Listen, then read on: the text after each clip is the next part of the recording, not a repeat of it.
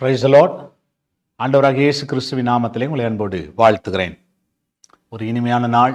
இந்த நாளிலே கர்த்தருடைய வார்த்தைக்கு நேராய் கடந்து போகலாம். சங்கீதம் 91 சங்கீதம் அதனுடைய 10 வசனம் இப்படி சொல்லுகிறது: ஆகையால் பொல்லாப்பு உனக்கு நேரிடாது, வாதை உன் கூடாரத்தை அணுகாது.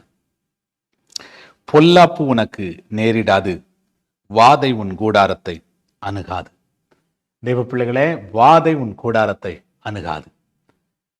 நம்முடைய வீட்டை, நம்முடைய பிள்ளைகளை, நம்முடைய குடும்பத்தாரை, நம்மோடு இருக்கிறவர்களை பலவீனப்படுத்தபடி விதமான பலவீனங்கள், எத்தனையோ விதமான வாதைகள் நம்மை சூழ்ந்து கொண்டிருக்கிறது.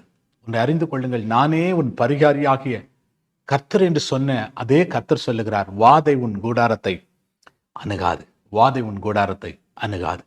சில நேரத்தில் சில விதமான பலவீனங்கள் வருகிறது, சுகவீனப்பட்டு போகிறோம். ஒரு குறிப்பிட்ட காலம் வரும்போது ஒரு சுகவீனம், ஒரு பலவீனம் நம்மை தாக்குகிறது.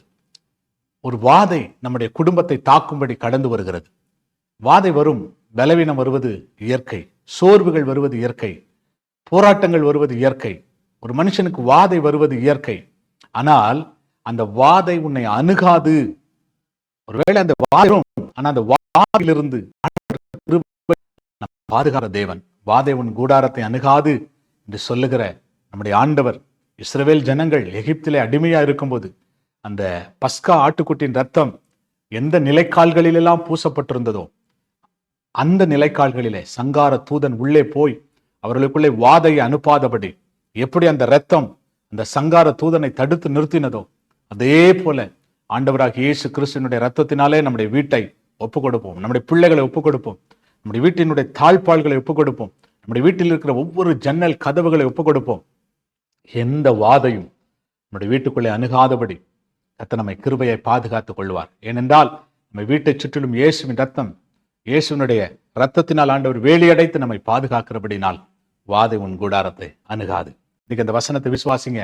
ஒருவேளை உங்க குடும்பத்தில் யாராவது பலவீனமாய் வாதையோடு இருப்பார்கள், அந்த வாதையிலிருந்து, அந்த பலவீனத்திலிருந்து இயேசுவின் நாமத்திலே இன்னைக்கு ஒரு பெரிய விடுதலை உண்டாக போகிறது, ஒரு சுகம் உண்டாக போகிறது. கர்த்தர் அப்படியே உங்களை ஆசீர்வதிப்பாராக.